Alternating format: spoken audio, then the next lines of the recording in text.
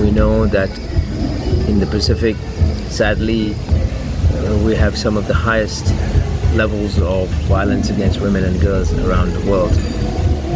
Some 2 out of 3 women, mostly young women, report that they have been victims of physical, sexual violence, different types of violence at a very young age.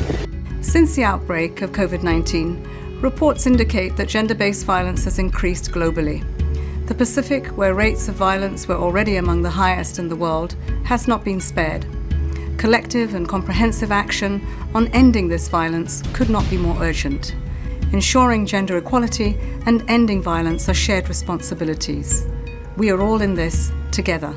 Pacific governments and the leaders have to lead because it takes leadership to address this cause. And certainly government leaders are the better placed to address this issue and show model behaviors.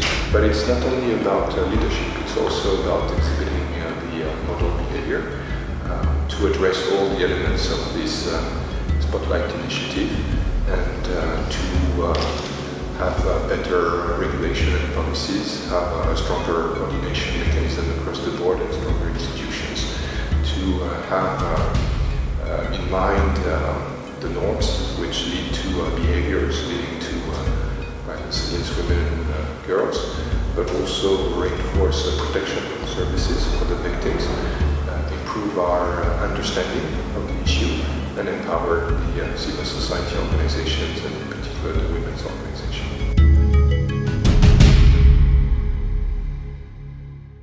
I think we need to have stronger laws in place that we really need to follow.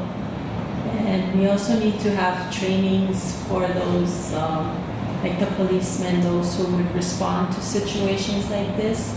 This is not part of our culture. And third is that we all need to be involved to speak up and be the change. I think also the policies into value are not really strong and are not really aware by the people. So it would be very nice if the government impose or implements strong and firm policies, even the punishments for the culprit. We should invite the new voices, the new actions into the circle, in particular traditional leaders. And when I say traditional leaders, I'm meaning church leaders, the chiefs, the women leaders, the youth leaders.